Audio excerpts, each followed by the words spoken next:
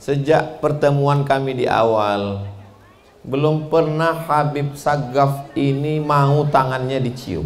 Saya heran, apa rahasianya? Dan selalu bicara, kalau ketemu dengan orang banyak, sayalah yang paling rendah di antara mereka. Dan itu beliau ulang-ulang. Cuman saya orangnya segan mau nanya. Saya kalau orang ngomong, saya dengar aja. Apalagi zaman sekarang kita kalau mau nanya takut. Nanti kalau kita nanya, kamu bertanya-tanya.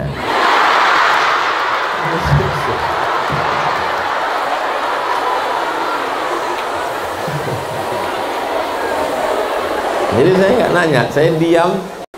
Saya menunggu Allah bukakan. Ini sampai masanya nanti pasti Allah kasih tahu. Ini rahasia Habib Sagaf ini di mana? Tanpa saya minta, Habib Sagaf menunjukkan. Saya dibawa ke istana yang sangat megah. Saya dibawa masuk ke kamar. Saya dipertemukan dengan Syarifah Hubabah Khadijah. Ternyata inilah orang yang mendidik beliau.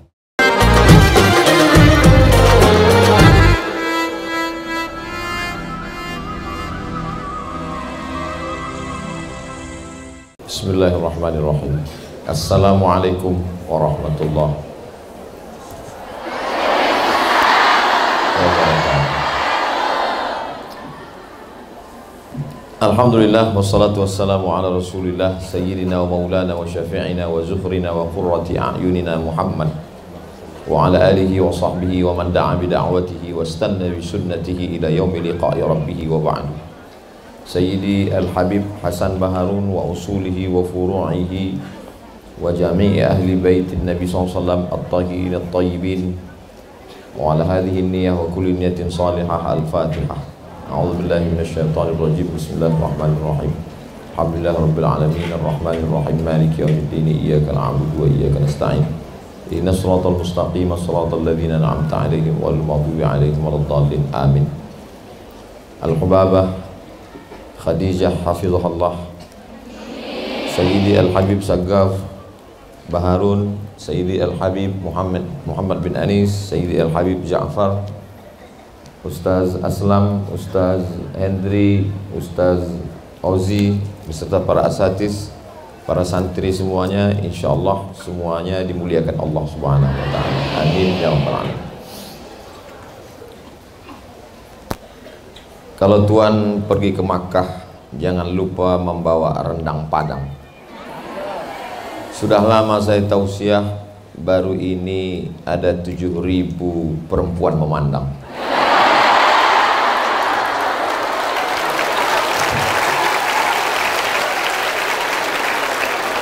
Ini bukan basa-basi, mohon maaf Habib Samih, ini bukan basa-basi, memang 7.000 orang kali 2 berarti 14 bola mata.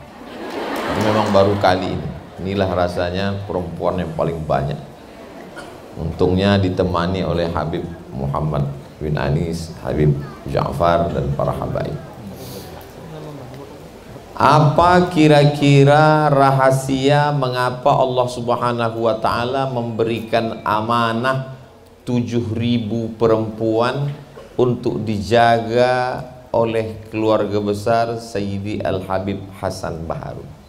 Lama saya pikir. Jadi kalau adik-adik melihat tadi lama saya termenung, itu salah satu yang saya pikirkan. Apa rahasianya Allah Ta'ala memberikan amanah besar ini? Ternyata kalau kita telusuri dulu, Sayyidil Habib Hasan Baharun, kalau beliau tausiah, dia membawa kain panjang. Kalau di tempat itu tidak ada satir penutup, maka dia akan membuat penutup untuk memisahkan jamaah dari laki-laki dan perempuan. Sekarang banyak orang tidak peduli itu, mau laki-laki mau perempuan mau campur, karena majelis itu adalah majelis ilmu, majelis barakah, majelis yang akan diperlihatkan kepada Allah dan akan dibanggakan oleh Allah kepada para malaikat. Nazalat alaihimus sakinah, ghasyiyat bihimur rahmah, haffat bihimul malaikah, wa dzakarahumullahu fiman indah. Bagaimana mungkin majlis itu akan turun rahmat, dikelilingi malaikat, dibanggakan kalau menyatu ikhtilat laki-laki dan perempuan? Maka Sayyidil Habib membawa kain panjangnya, lalu dia pisahkan laki-laki dan perempuan. Ketika satu sunnah itu dihidupkan, maka hari ini Allah ingin menunjukkan, hai Abdul Somad, kalau kau jaga amanah ini, maka sebagaimana aku dulu melihat hambaku ini menjaga amanah, inilah bukti yang ditunjukkan Allah. 7.000 santri berada hari ini, bukti dari ketulusan keluarga besar ini. Mudah-mudahan Allah menjaga, memelihara. Hari ini orang selalu berpikir tidak lagi percaya kepada balasan Allah, tidak lagi ada keyakinan tentang yang gaib. Maka apa yang kita bahas hari ini menguatkan hati saya pribadi, bil khusus yang menyampaikan dan yang mendengar. Walaupun nampaknya saya tidak sedang menceramahi para habaib, saya memuliakan para habaib. Habaib adalah guru-guru saya. Saya ingin dapat syafaat dari mereka ketika nanti menghadap Allah, menghadap Rasulullah. Saya juga tidak menceramahi adik-adik karena sudah penuh dengan bekal ilmu. Saya hanya ingin mencari-cari apa rahasia-rahasia yang tidak saya temukan kalau hanya saya melihat Habib Sagaf Baharun, hanya sekedar bertemu bertatap muka di kediaman Habib Novel di Solo, kami ketemu di Bekasi, tapi setelah datang kemari, maka ini adalah pelajaran yang ingin saya ambil. Bukan saya menggurui, tapi man salaka tariqan yaltamisu fihi ilman sahhalallahu lahu bihi tariqan ilal jannah. Yang saya dapatkan ini bukan dari kitab, yang saya temukan ini bukan dari talaqi kepada guru, tapi pelajaran dari hidup yang tidak terbatas oleh ruang kelas, batas waktu. Allah Subhanahu wa taala menunjukkan itu semua.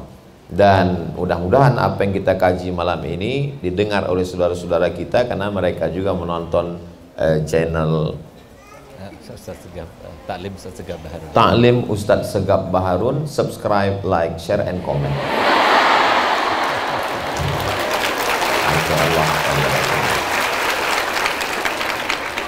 Poin yang pertama, kalau Allah melihat orang ini bisa menjalankan amanah, maka Allah akan berikan amanah itu. Ahasiban nasu ayyutsraku ayyaqulu amanna wa hum la yuftanun. Apakah mereka menyangka begitu mereka mengatakan kami beriman lalu tidak kami uji? Diuji Allah Subhanahu wa taala. Banyak orang yang sabar diuji dengan penyakit, banyak orang yang sabar ketika diuji dengan kegagalan.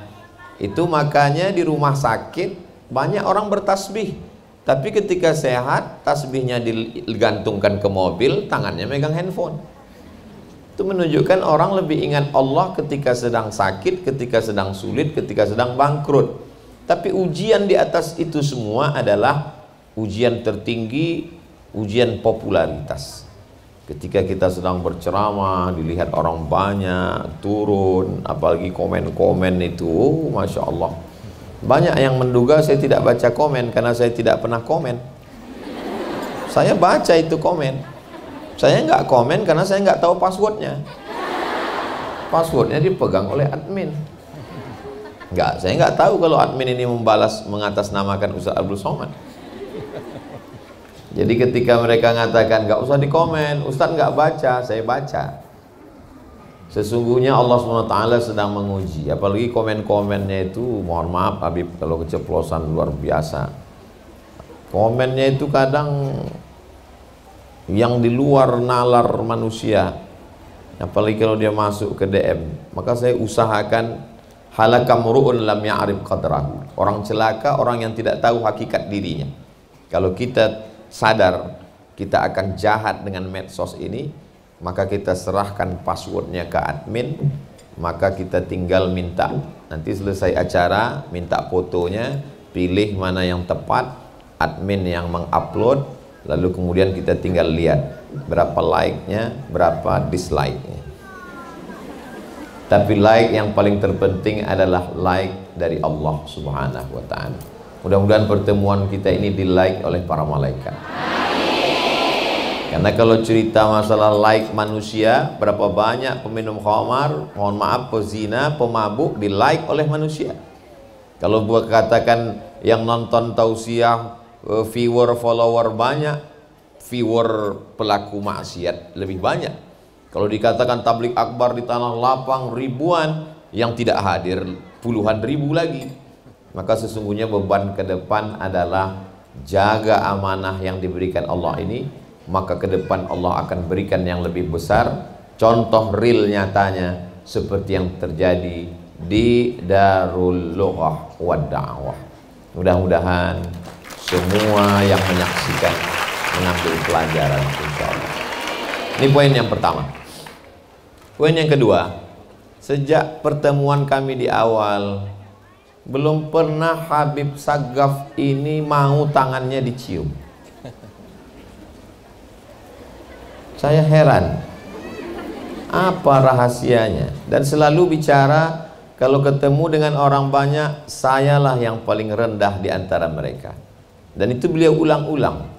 Cuman saya orangnya segan mau nanya. Saya kalau orang ngomong, saya dengar aja. Apalagi zaman sekarang kita kalau mau nanya takut. Nanti kalau kita nanya, kamu bertanya-tanya.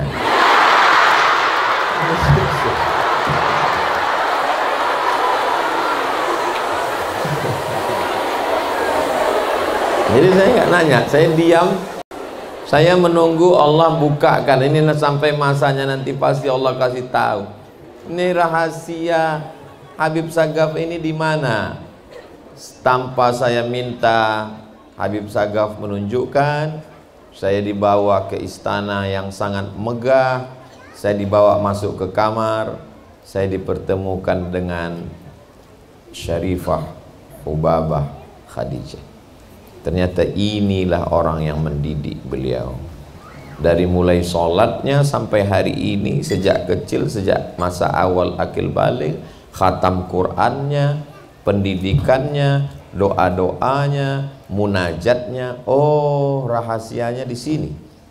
Ternyata di balik pondok yang begini besar, di balik sosok seorang Habib, di balik karisma masyhurnya, di balik tawaduknya, ada seorang perempuan yang luar biasa mendoakan. Itulah mengapa adik-adik sekalian, kalau satu orang saja bisa menghadirkan begini, bayangkan kalau 7.000 ini seperti Syarifah Hubabah.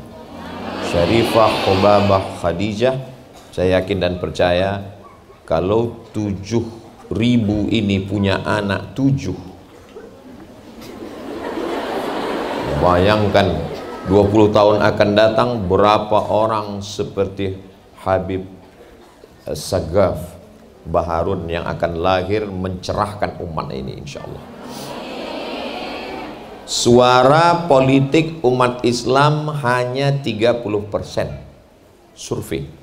Lebih daripada itu kita tidak tahu kemana pergi suara itu. Ekonomi Islam sekarang hanya 7%. Jangan bangga dengan sensus mengatakan umat Islam 88-90%. Ekonominya hanya 7%. Yang lain kemana? Konvensional. Politiknya hanya 30%. Diperebutkan oleh banyak partai-partai. Yang ngaji di antara umat Islam ini, yang kenal dengan Habib, yang kenal dengan ulama, hanya 15%. Ustadz dapat data itu dari mana? Tadi ngobrol sama Habib. Jadi kalau mau memperbanyak angka ini ke depan, maka perbanyaklah ulama. Tapi ulama itu keluar dari mana? Sampai hari ini belum ada mesin yang mencetak ulama. Belum ada pabriknya ulama ini. Pabrik mobil ada, tapi pabrik yang mengeluarkan ulama belum ada. Pabrik ulama itu, maka datangi ulama itu, lihat rumahnya, cari rahasianya. Dan saya sudah menemukannya. Ternyata rahasianya ada pada ibu. Walaupun ayahnya seorang nabi, tapi kalau ibu kurang baik, apa yang terjadi? Ya bunayyarkam ma'ana, wahai anakku, mari naik ke atas perahu ayah. Apa kata dia? Sa'awi ila jabalin ya'simuni minal ma'. Aku akan naik ke atas bukit yang bisa menyelamatkan aku dari banjir ini. Dia sangka hujan itu sehari 2 hari, dia tidak tahu 40 hari 40 malam. Sampai BMKG pun tidak bisa menangkap berita itu. Tenggelam semua puncak bukit, sampai akhirnya anak itu tenggelam. Yang bangkit bukan jiwa kenabiannya, tapi jiwa kebapakannya, seorang ayah. Apa kata dia? Ya Rabbi inna bni min ahli, itu anakku ya Allah. Malu dia untuk mengatakan tolong dia ya Allah, enggak. Dia hanya berkata inna bni min ahli, itu anakku ya Allah. Apa kata Allah? Innahu laisa min ahlik, innahu amalun ghairu salih. Padahal ayahnya Nabi Lut, ternyata anak itu Kan'an. Setelah cerita tentang Nabi Nuh alaihi salam, ketika Nabi Nuh punya anak Kan'an, mohon maaf grogi karena dipandang 7.000 tadi, file Nuh masuk ke Lut jadinya.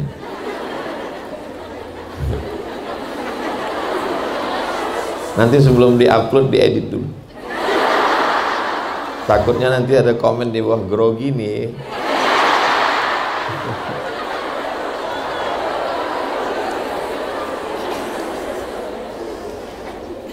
Setelah bercerita tentang Nabi Nuh, apa kata Allah ayat setelah itu? Wal baladut thayyibu yakhruju nabatuhu bi'izni rabbih walladzi khabutha la yakhruju illa nakida. Tanah yang bagus akan mengeluarkan tanaman yang indah. Tidak ada tanah yang lebih subur daripada tanah Indonesia. Gemah ripah, loh jenawi, tongkat dan batu jadi tanaman, untayan zamrud, katulistiwa. Indah. Tapi ketika kita pergi ke Maroko, dari perjalanan ibu kota Maroko, bahasa Arabnya ad-darul bayda, dar rumah, bayda putih. Tulis Latinnya Casablanca, tulisan Latinnya Casablanca. Casa artinya putih, Casa artinya rumah, Blanca blank, kosong, putih, tak ada warna. Casablanca, rumah putih. Dari Casablanca ke Rabat naik kereta api 2 jam, kanan kiri hanya tanah tandus yang mengeluarkan pohon kaktus. Tanah yang subur akan mengeluarkan bunga mawar yang indah dipandang cantik, harum semerbak luar biasa. Pohon kaktus buahnya anyep, bunganya tidak menarik, mau dicium hati-hati hidung kita bisa bengkak. Walaupun benihnya bagus, tapi kalau ditanam di tanah yang tandus hanya akan mengeluarkan tanaman-tanaman yang rusak. Tapi kalau tanahnya baik, ciri tanah yang baik 3M.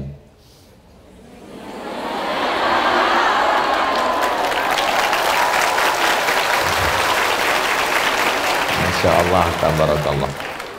Begitulah Allah subhanahu wa ta'ala menceritakan bagaimana hebatnya. Maka diantara kalau mau memperbaiki bangsa ini adalah perbaiki ibunya. Kalau ibunya baik, insya Allah anak-anak menjadi baik. Makanya kenapa bisa lahir Al-Amin? Al-Amin hanya dilahirkan oleh Aminah. Hanya Aminah lah yang melahirkan Al-Amin. Jadi kalau ada hari ini anak-anak yang tidak baik, lalu kemudian bapaknya mengatakan, kenapa anak kita tidak Al-Amin? Karena kau bukan Aminah. Alhamdulillah, semoga 7.000 hamba-hamba Allah yang solihah ini Aminah semua. Dari mana Ustaz tahu mereka Aminah? Tidak ada yang tampak dari tubuhnya kecuali hanya bola matanya. Yang lainnya dijaganya, dipeliharanya. Dari ujung rambutnya sampai ke ujung kakinya adalah amanah dari Allah. Dia yang menjaga amanah itu adalah Aminah. Maka hari ini kita pergi ke pasar. Orang kalau lihat buah-buahan di pinggir pasar terbuka, kena debu, kena panas, dia tidak mau beli. Dia pergi ke mall, dia cari buah-buahan yang ada dalam plastik, plastiknya di dalam etalase kaca, kacanya di dalam toko, tokonya dikunci di dalam mall, mallnya dikunci di dalam kota, kotanya diawasi oleh polisi dan tentara. Dia mau buah-buahan yang terjaga dan terpelihara. Tapi ketika manusia, dia mau yang terbuka. Logika berpikirnya bagaimana? Maka ketika ada seorang perempuan sarjana dari Yaman sedang presentasi ke Amerika, lalu kata orang Amerika melihat dia menutup tubuhnya, kata mereka, ini manusia primitif yang datang tidak tersentuh peradaban. Dengan tersenyum dia bertanya, lalu yang kamu maksud peradaban itu apa? Peradaban adalah yang terbuka. Lalu perempuan cerdas ini menunjukkan gambar monyet. Kalau begitu kalian kalah peradaban dengan ini, karena dia terbuka semuanya. Kecerdasan seorang perempuan dikirimkan sebagai ilham dari Allah Subhanahu wa ta'ala. Perempuan yang solihah ini tidak mengeluarkan, sampai-sampai apa kata Nabi SAW, dibacakannya ayat Al-Quran. Nabi bacakan, la takhda'na bil qaul. Bukan hanya sekedar rambutnya, kakinya, bajunya, pakaiannya. La takhda'na bil qaul. Jangan bersuara dengan suara-suara. Makanya sebagian ulama mengatakan sautul mar'ati auratun. Suara perempuan adalah aurat. Gara-gara itulah banyak jamaah kalau bertanya tidak lagi mau bersuara dan menulis. Padahal ulama membahas sebegitu detail. Kalaulah suara perempuan itu aurat, bagaimana Sayyidatuna Aisyah Ummul Mukminin mengajar? Tak mungkin ketika ditanya, wahai Ummul Mukminin, bagaimana hukumnya ketika perempuan rambutnya sedang dikepang ingin mandi, apakah mesti dibuka semua? Tak mungkin dia menjawab dengan logika akal. Dia menjawab. Lalu bagaimana korelasinya dengan ayat la takhda'na bil qaul, tidak boleh bersuara? Kenapa tidak boleh? Lanjutkan ayat itu, yatma'alladzi fi qalbihi marad. Tidak boleh bersuara sebab ada laki-laki yang dalam hatinya penyakit. Kalau dia dengar suara itu, dia langsung hang dan error. Jadi yang dimaksud suara di situ adalah suara yang mendayu-dayu, lemah gemulai. Makanya mana tahu ada orang salah sambung, suara masuk, memang mesti dijawab apa adanya, dan kalau perlu tegas. Assalamualaikum. Waalaikumsalam. Ini di mana? Dalwa. Sekarang-kadang kalau telepon itu kan suaranya seperti di airport, di mall. Kenapa mesti suara itu? Akan berangkat pada janji. Kenapa mesti dibuat-buat begitu? Kenapa tidak bersuara sebagaimana apa adanya saja? Orang barat begitu marah melihat eksploitasi alam. Mereka mengatakan tidak boleh eksploitasi binatang. Bahkan ada khusus yang membela hewan-hewan, membela tanam-tanaman. Namanya green peace, green hijau, peace damai, hijau yang penuh dengan kedamaian. Tidak boleh membunuh binatang, tidak boleh memotong pohon kayu. Tapi mereka mengeksploitasi perempuan. Kalau ada iklan kulkas, ada perempuannya, masih logis, karena perempuan dengan kulkas tidak begitu jauh. Tapi perempuan dengan iklan minyak pesawat, apa hubungannya? Ketika perempuan hanya dijadikan sebagai pemegang payung untuk lomba motor gede, perempuan yang megang payung. Dan ketika Malaysia menjadi tuan rumah, Masya Allah, tabarakallah, negeri muslim yang memuliakan Islam sebagai dasar berkebangsaan, boleh menjadi tuan rumah. Tapi nanti kalau menang tidak boleh menyemprotkan khamar. Di mana-mana di tempat yang tidak menghormati ajaran Islam, kalau menang khamar disemprotkan. Ternyata ketika disemprotkan minuman bersoda tetap berbuih. Lalu kemudian perempuan yang memegang itu pakai baju kurung, baju Melayu. Disebut baju kurung, baju Melayu. Kenapa kurung? Karena tubuhnya terkurung. Tidak kelihatan lekuk tubuhnya. Baju kurung itu panjang saja. Dan pakai kerudung menutup aurat.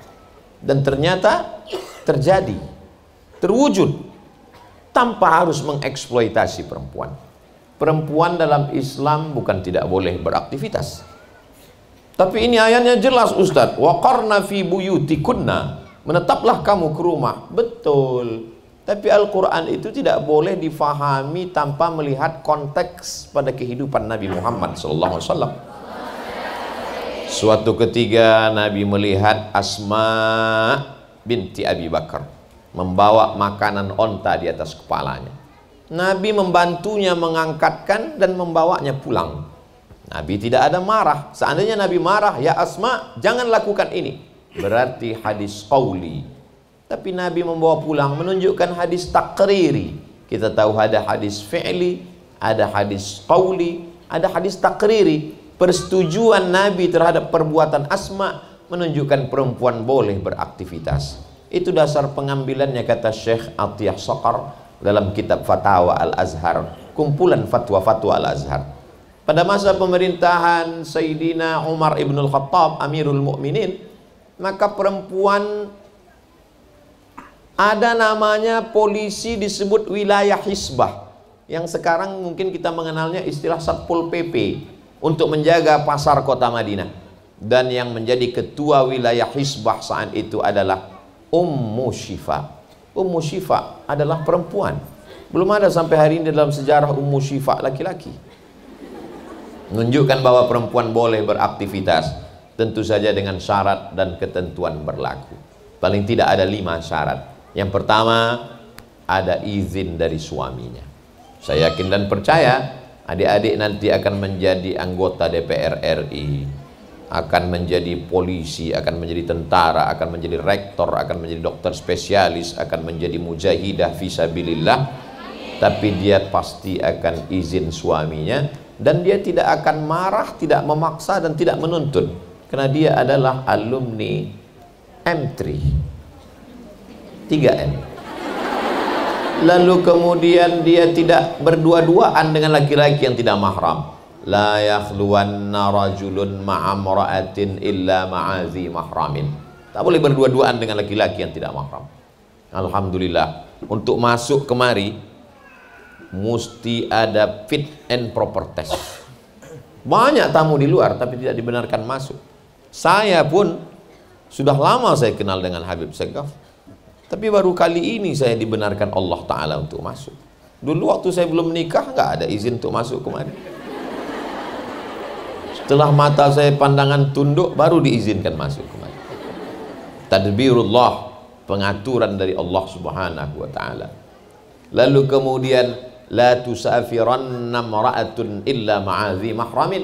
Tak boleh dia musafir, samfar, perjalanan tanpa ada mahramnya. Lalu kemudian la tabarrajna tabarrujal jahiliyatil ula. Dia tidak bersolek-solek jahiliyah. Sekarang Masya Allah, tabarakallah, na'udzubillah, perempuan bersolek bukan untuk suaminya, tapi untuk suami orang. Kalau untuk suaminya dia seperti mak lampir, tapi kalau dia mau keluar rumah, sulit untuk diungkapkan kata-kata. Bedaknya 2 inci. Maka banyak terjadi wajah putih, tangan hitam. Na'udzubillah. Apa yang dilakukan ini hanya supaya dikagumi orang. Akhirnya terjadilah apa yang dilaknat oleh Rasulullah SAW. Diriwayatkan dari Sayyidina Abdullah bin Mas'ud radhiyallahu anhu, la'anallahul washimat wal mutashimat wal mutanammisat. Washimat, perempuan tukang buat tato. Wal mutashimat, minta buatkan tato. Wal mutanammisat, mencabut. Ini alis atau bulu mata? Alis, mencabut alis, mencukur alis. Sekarang macam-macam. Dulu saya taunya sulam pakaian, sekarang sulam alis. Bahkan saya pun dicurigai orang, itu Ustadz tebal pakai sulam ya katanya. Wal mutafallijat, mengotak-atik gigi yang sudah bagus ciptaan Allah, diotak-atik. Dulu kita tahu kawat jemuran, sekarang kawat gigi. Dikasih warna-warni, hari Selasa ungu, hari Rabu pink, hari Kamis coklat. Apa ini yang terjadi sebenarnya? Kuku yang sudah bagus-bagus dirubah warnanya. Saya ketika masih mengajar di kampus Saidi El Habib, saya termasuk orang yang tidak hanya mengajar mata kuliah tapi memperhatikan semua akhlak pakaian. Ini gimana kalian pakai kutek? Ini nggak masuk air wudhu ini. Kutek ini kan plastik di atas kuku. Ustadz, ini bukan kutek. Apa itu? Ini black henna. Oh, saya tidak mengikuti perkembangan. Black hennanya tak masalah, tapi kukunya panjang. Di atas black henna, di bawah black daki. Bisa begini. Kita di pondok diajarkan hari Jumat potong kuku. Kalau panjang air wudhu bisa tidak masuk ke kulit. Bahwa di balik kuku itu ada najis kotoran. Bertamu kita ke rumah orang, giliran makan, Masya Allah, tabarakallah, bakwan enak sekali. Ketika ditanya apa resepnya, ini. Na'udzubillah. Di pondok pesantren terjaga semuanya, dari mulai kukunya, rambutnya, giginya. Laula an asyqa ala ummati, kalau tidak memberatkan bagi umatku, la amartuhum bis-siwak, aku perintahkan mereka bersiwak inda kulli salah. Subuh bersiwak, zuhur bersiwak, asar bersiwak, maghrib bersiwak, isya bersiwak, tahajud bersiwak. Dan giginya hanya dilihat oleh mahramnya. Sekarang semuanya ditunjukkan kepada orang lain, hanya sekedar untuk dipuji, dikagumi. Wal mutafallijat wal mughayyirat lil husni, merubah ciptaan Allah hanya untuk lil husni. Dan ada sesuatu, kalau sudah sekali orang merubah ciptaan Allah pada tubuhnya, dia akan terus menerus. Karena perbuatan setan, wala udillannahum, aku sesatkan mereka, wala umanniyannahum, aku buat mereka berhalusinasi. Kau yang paling cantik, kau yang paling hebat, kau yang paling nyentrik, kau yang paling. Akhirnya wajah itu isinya kresek semua. Operasi plastik, hidung plastik, dagu plastik, pipi plastik, bulu mata pun plastik, lentik bukan main, plastik. Ada orang bakar sampah, turun plastik semua. Ustaz Somad, ini ada namanya terapi lintah. Apa ini terapi lintah? Karena kalau kulit ini dibelah, disobek, nanti cacat Ustaz. Kenapa kulitnya mesti disobek? Karena bernanah. Kenapa bernanah? Karena dimasukkan silikon. Silikon tidak bisa diterima oleh kulit, akhirnya darah membusuk menjadi nanah. Kalau dibelah kulitnya rusak. Jadi cara nyedot nanah ini bisa keluar pakai jarum nggak bisa. Jadi bagaimana? Ditempelkanlah lintah. Adik-adik tahu lintah? Lintah, bukan yang naik ke darat. Kalau itu namanya lintah darat. Lintah ini ditempelkan ke hidung untuk menyedot nanah yang berubah sudah dari darah. Digantungkanlah 4-5 ekor lintah di hidung ini. Biasanya lintah kalau diletakkan, kalau ada orang yang darahnya kurang mengalir atau ada kudisnya karena banyak bakteri, ditempelkan lintah supaya disedotnya darah kotor itu. Lintah itu biasanya kalau sudah melekat, dia nggak akan copot. Tapi lintah yang ditempelkan ke hidung yang habis operasi plastik itu, baru nempel sebentar jatuh. Jatuh. Kalau bisa lah lintah itu diwawancarai, kata dia, aku nggak mau nih di sini. Bayangkan itu, bernanah semuanya. Bisa ditulis di www.google.com, kegagalan oplas. Artis-artis yang gagal oplas, operasi plastik. Kau cantik bukan karena plastikmu, kau cantik bukan karena kresekmu, kau cantik karena bekas tahajud, karena air wudhu. Tapi jangan terlalu pede, mana tahu nanti adik-adik lagi ngumpul sama teman-teman semua, ada yang nanya pas reuni akbar sudah 10 tahun berlalu tamat dari Darul Lughah wa Da'wah, loh kamu gak tua-tua ya? Ini bekas wudhu. Jadi kau sangka kami ini tayamum semua? Itulah Allah Subhanahu wa ta'ala kalau memberikan. Setan mempermainkan halusinasi manusia, merasa dia lebih hebat, lebih sempurna. La'atiyannahum min baini aidihim wa min khalfihim wa an aimanihim wa an syama'ilihim. Dia akan selalu berbisik, operasi lagi, terus lagi, obah lagi, terus sampai akhirnya hancur itu kepribadian, batinnya hancur, zahirnya rusak, durhaka kepada Allah, dan dia tidak akan menjadi apa-apa. Hari ini perempuan yang tidak terdidik dengan baik akan melahirkan anak keturunan. Bak kata pepatah orang Melayu, guru kencing berdiri, anak kencing berlari. Bagaimana gurunya? Guru yang pertama, al-madrasatul ula. Habib Segaf hatam Quran pertama kali dengan Salat pertama kali dengan ibu. Makanya kalau kita tanya orang-orang sukses dalam amal ibadah, itu peran ibu luar biasa. Datanglah seorang anak, dibawa oleh bapaknya. Bapaknya minta anak ini dihukum. Ya Amiral Mukminin Umar ibn al-Khattab, tolong hukum anak saya karena dia anak durhaka. Umar bin Khattab dengan penuh kebijaksanaannya bertanya, hai anak, ada yang mau disampaikan?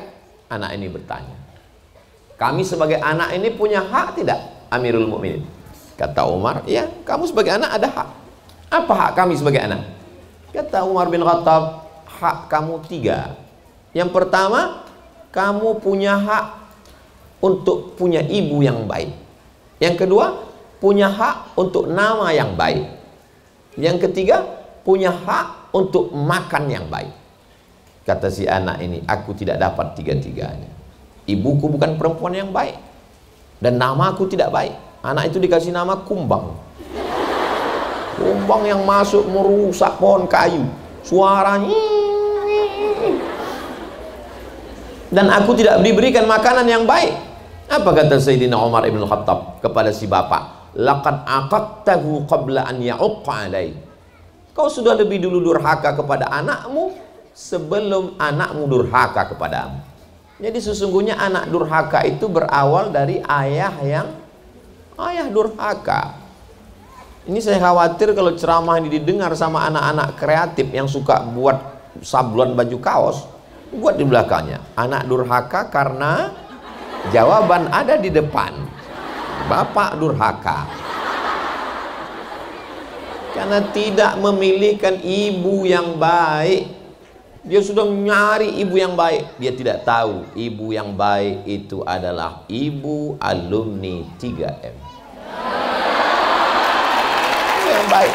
WWSD CPR. Hah? WWSD CPR. WWSD CPR. Ini memang iklan ini dia setiap 15 menit sekali mesti diulang. Nampaknya apa yang saya sampaikan ini orang boleh menanggapinya, ini Ustaz Somad serius atau tidak. Nanti sampai masanya ketika dia punya anak, anaknya manjat-manjat dinding, mencakar-cakar, baru dia sadar, betul yang Ustaz katakan dulu. Dulu waktu aku kasih tahu, ente sangka aku bercanda. Sekarang baru ente rasakan, betul Ustaz Somad. Anak saya ini cakar-cakar, muka saya pun dicakarnya. Kenapa? Karena waktu hamil dulu ibunya dipilihkannya menyanyikan kucing garong. Garong itu kan perampok, kucing yang merampok, bukan kucing yang soleh. Lagu-lagu yang membuat maksiat dosa. Coba kalau ibunya dari pondok pesantren Darul Lughah wa Da'wah, maka akan dibacakannya syair-syair dari matan-matan tajwid, sifza sana kam jada saksun qabsana bin tayyiban zidfitu qadda zaliman kalamuna labzun mufidun kastaqim ismun wa'filun summa harfunil kalim. Semarah-marahnya dia, paling-paling dia akan bacakan tasrif doroba. Nah, marah-marah itu udah marah betul itu udah. Dorobanya sampai 14 kali udah. Enggak juga berhenti, pakainya fi'il mudhari. Begitu kalau dia marah. Andai dia marah, mangkel, dongkol, marahnya tetap doa, karena dia tahu kalau sampai yang keluar dari mulutnya itu tidak baik, maka Allah kabulkan. Ya Juraij, anak ini diam, dipanggil lagi sama Nabi. Ya Juraij, dipanggil oleh ibunya. Wahai Juraij. Dia diam karena menurut dia lebih utama Allah daripada ibu. Panggilan yang ketiga, ya Juraij. Dia tetap Allah lebih utama daripada ibu. Apa kata ibunya berdoa? Allahumma la tumitshu hatta turihi wujuhal mumisad. Jangan kau matikan Juraij sebelum matanya melihat wanita tunasusila. Padahal Juraij ahli ibadah, dia tinggal di Som'ah. Orang yang ahli ibadah tinggal di Som'ah tidak akan mungkin bertemu dengan wanita nakal, karena makanannya diantar, pakaiannya diantar, dia hanya beribadah saja. Tidak mungkin menurut logika akal matanya akan melihat wanita tunasusila. Tapi karena doa ibu terkabul, apa yang terjadi? Tak lama setelah itu tiba-tiba ada seorang perempuan pengembala kambing, maaf beribu maaf, dia hamil. Ditangkap sama masyarakat. Siapa yang menghamilimu? Perempuan itu berkata, Juraij. Lalu orang kampung mendatangi Som'ah, tempat ibadah Juraij. Mereka tarik Juraij keluar. Mereka ratakan tempat ibadah itu dengan tanah. Lalu kata mereka, kau memang jahat Juraij. Kau bertopeng sebagai ahli ibadah, ternyata kau berzina, mohon maaf, dengan perempuan ini. Mereka akan memenggal kepala Juraij. Kata Juraij, kalian boleh memotong kepalaku, tapi tunggu setelah anak ini lahir. Setelah anak itu lahir, lalu Juraij menusuk pusar anak itu dengan jari telunjuknya sambil bertanya, Man abuka? Who is your father? Siapa bapakmu? Anak itu menjawab, Ra'il ghanam. Bapakku adalah pengembala kambing. Disitulah mereka bersimpuh sujud mencium kaki Juraij. Kami salah Juraij, karena yang bisa menusuk pusar hanya Nabi Isa alaihissalam dan wali-wali Allah. Ternyata wali Allah pun ketika durhaka akan gugur kewaliannya, apalagi cuman wali murid. Allah subhanahu wa ta'ala, seorang ibu walaupun salah, ngomongnya tetap diaminkan para malaikat. Maka ibu-ibu yang baik tidak akan mengatakan yang tak baik kepada anaknya. Andai dia marah betul, dia akan panggil, ya calon menteri pertanian, ya calon jenderal, dia minta. Sekarang perempuan kalau marah sedikit, anak setan.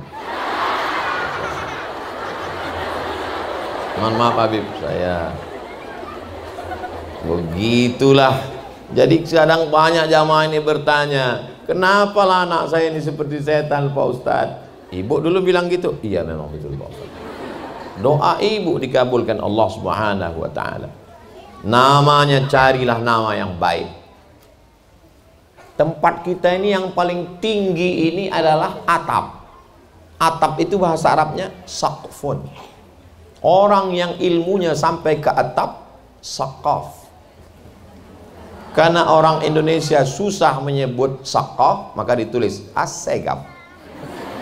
Saqaf, ilmu yang sampai ke atap. Dan doa itu dikabulkan Allah SWT.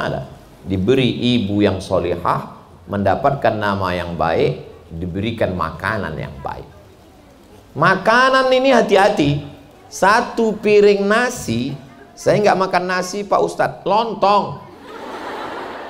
Satu piring lontong, enggak juga Pak Ustadz, terserahlah mau makan apa. Satu piring itu berubah menjadi setetes darah. Setetes darah akan masuk ke dalam jantung.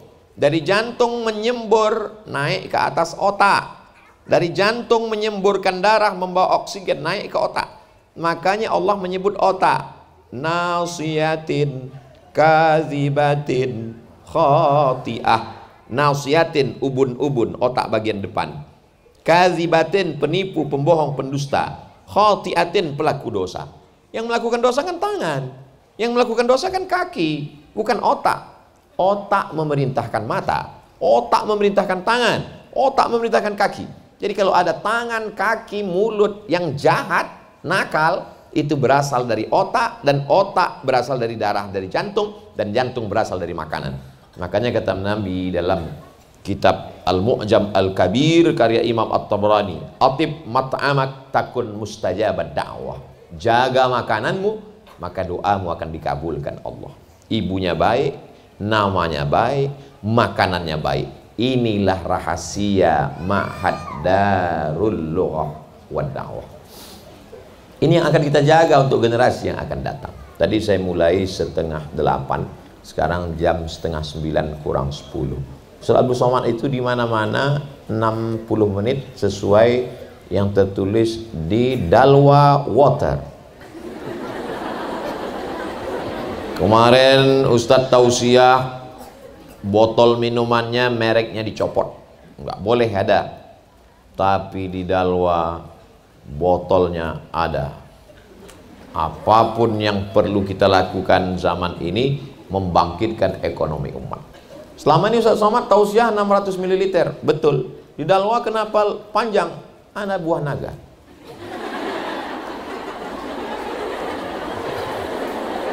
Saya hari ini tidak merasa sedang tablik akbar menggelegar. Saya hanyalah seorang Al-Fakir Abdul Somad yang sedang ngobrol, bercerita. Makanya kalau nanti ada komen atau orang cerita, Ustaz kemarin waktu di Dalwa itu kok enggak seperti biasanya ya. Yang pertama memang hari ini luar biasa, berhadapan dengan pabrik ulama masa depan. Dan memang hari ini luar biasa. Habib Sagaf, Habib Muhammad bin Anis, Habib Ja'far, 3 Habib. Jadi anak ini sekarang seperti kontes dacil, dai cilik yang sedang dinilai oleh para habaib. Doakan supaya Habib-Habib ini bermurah hati dan yang menang akan masuk surga bersama kakek mereka Rasulullah Sallallahu Alaihi Wasallam. Kalau mereka jelas nasabnya, jelas nasibnya jelas. Kita paling tidak kalau nggak jelas nasib, nggak jelas nasab, paling nggak nasib kita perbaiki. Sudahlah nggak jelas nasab, nasib nggak jelas. Terus masuk surga mau bawa apa? Alhamdulillah ibu-ibunya dididik oleh para habaib, dididik Hubabah, doa beliau. Saya datang jauh-jauh dari Pekanbaru Riau ke Jakarta 1 jam 30 menit, 90 menit, 100 kurang 10 menit. Dari Jakarta udah mau turun, diumumkan kepada seluruh penumpang yang akan ke Surabaya tidak turun, naik lagi. Nunggu, naik pesawat sampai kemari. Lalu kemudian mampir ke Jombang, ke tempat ibu mertua. Lalu kemudian sampai kemari. Untuk apa? Untuk mengambil barokah. Dibacakan oleh Hubabah tadi Al-Fatihah. Kata Habib Sagaf, tolong bacakan untuk Ustaz Abdul Somad supaya dia sehat. Karena Habib Sagaf sangat khawatir dengan saya. Karena dilihatnya saya nggak gemuk-gemuk. Maka dari tadi makanan itu beliau kasih. Kata beliau, Ustaz Somad ini nggak gemuk ada 2 kemungkinan. Yang pertama sangat menjaga, yang kedua sangat menderita. Apa tadi makanan dikasih, Masya Allah, ada rawon, ada gulai putih, ada nasi kuning, lalu tempat beliau dikasih lagi minum. Saya pun waktu minum itu sulit untuk diungkapkan kata-kata, karena kata begitu miskin untuk mewakili rasa. Lalu kemudian sampai kemari, Masya Allah, tabarak. Di tempat-tempat lain kadang kita tausiah pengajian makanannya banyak, cuman nggak dibuka dan nggak dipersilakan. Kita pun segan. Di tempat Habib dipersilakan, diberi. Tadi berapa kali beliau nyuruh saya minum, Ustadz minum itu minuman khas, Masya Allah. Dalam hati saya, apakah santri begini juga? Rupanya betul, kantinnya Masya Allah, tabarakallah, sehat-sehat semua. Apa kata Habib? Kita ingin menunjukkan pesantren tidak boleh dipandang sebelah mata. Pesantren bangunannya mesti bagus, makanannya mesti sehat. Ustaz Somad, tunggu dulu, jangan tepuk tangan dulu, tunggu, tahan. Keluar tadi. Ustaz Somad, ini kampus laki-laki, ini kampus perempuan. Coba perhatikan di dinding-dindingnya, AC, masuk ke dalam, pintu gerbangnya tidak sembarangan orang mesti masuk. baru sampai kemari, lantainya Masya Allah, tabarakallah. Andai tidak hujan, bagaimana bisa 7.000 orang menampung? Jangan heran nanti kalau Ustaz Somad sampai di sana, yang di depan tuh hanya sebagian, sebagian lagi di atas-atas sana, atas-atas, di atas juga, Masya Allah. Walaupun nampaknya Ustaz Abdul Somad yang tampil di sini, kamera tertuju ke Ustaz Abdul Somad, yang di samping Habib Sagaf bin Hasan Baharun Ustaz Abdul Somad, tapi boleh jadi Ustaz Abdul Somad masuk surga karena doa mereka yang ada di sana. Begitu cara mendoakan mereka yang di tangga sana. Begitu cara membahagiakan, membesarkan hati mereka. Insyaallah, tabarakallah. Saya sangat ingin punya anak perempuan. Anak saya pertama laki-laki, saya laki-laki. Adik saya laki-laki. Anak pertama laki-laki, anak kedua laki-laki. Pernah diprank sama dokter. Selamat Ustadz, anaknya perempuan. Saya siapkan nama dari Maroko. Orang Maroko kalau ketemu, kaifa haluk? Labas alik. Jawabannya Mizyan. Mizyan artinya baik. Saya siapkanlah nama perempuan yang baik, tak ada bandingannya. Mizyana Bella Nazira. Siap ini nama. Begitu lahir laki-laki. Tanya dokter, kata Pak dokter, kata ibu dokter, dokter untuk perempuan mesti perempuan. Mudah-mudahan adik-adik nanti jadi dokter spesialis kandungan. Supaya jamaah yang selalu nanya ke saya, bolehkah memeriksakan istri ke dokter laki-laki? Saya bilang boleh kalau pilihannya dua, mati. Makanya dokter perempuan mesti diperbanyak. Lahir laki-laki. Kata bu dokter kemarin perempuan. Anak Ustadz pandai menyembunyikan sesuatu. Situlah saya paham. Makanya kalau saya ngasih nasihat tadi, itu sebenarnya saya sedang ngobrol-ngobrol dengan anak perempuan saya. Kata Ustadz anak perempuan, tapi tadi kok panggil adik? Tadi saya mau manggil anak atau adik, tapi mau manggil anak rasanya masih terlalu muda. Melihat perempuan, mereka adalah adik kita, mereka adalah anak kita, mereka adalah ibu kita, mereka adalah saudari kita. Maka kita tidak akan menganiaya dan menyia-nyiakan mereka. Di balik Nabi Musa alaihissalam ada seorang perempuan yang luar biasa, Yohanes namanya. Di balik Nabi Ibrahim alaihissalam ada seorang perempuan yang luar biasa, Umailah namanya. Di balik Sayyidina Maulana Muhammad sallallahu alaihi wasallam ada perempuan yang luar biasa, Aminah namanya. Dan ada satu perempuan yang disebut setelah nama Nabi langsung nama dia, Isa ibnu Maryam. Maryam luar biasa. Jangankan laki-laki yang datang kepadanya, malaikat yang datang kepada dia, apa kata dia? Inni a'udzu birrahmani in kunta taqiyya. Aku berlindung kepada Allah, wahai engkau anak muda, jangan kau dekati aku. Arsalna ilaiha ruhana fatamatsala laha basharan sawiyya. Kami kirimkan malaikat Jibril dalam bentuk anak muda yang ganteng luar biasa. Apa jawab Maryam ketika itu? Inni a'udzu birrahmani in kunta taqiyya. Aku berlindung kepada Allah, jangan sampai kau dekati aku. Allah jaga dia dengan penjagaan yang luar biasa. Sampai akhirnya ketika dia mengandung diuji Allah sesuai dengan sifat. Kalau sifatnya iffah, menjaga diri, diuji Allah dengan fitnah yang luar biasa. Maka dia tak tahan mendengar ucapan kata-kata yang luar biasa dari mereka di kota. Dia pun mengungsikan diri. Fa'aja'ahal makhadu, sampai akhirnya dia melahirkan anak. Lahirlah seorang anak yang luar biasa bernama Isa ibnu Maryam. Di balik nabi-nabi yang hebat, di balik wali-wali Allah, di balik para habaib yang gagah perkasa, ada perempuan-perempuan yang luar biasa. Begitu juga 20 tahun akan datang. Tahun 2032, 2042, 2052 akan lahir ulama-ulama pemimpin masa depan dari adik-adik yang luar biasa, insyaallah. Itulah agaknya yang dapat disampaikan oleh Al-Fakir Abdul Somad. Terima kasih atas segala perhatian. Mohon maaf segala kekhilafan dan kesilapan. Aku qauli hadza astaghfirullah li wa lakum. Menangkap puyuh di Bukit Selasih. Thank you dan terima kasih.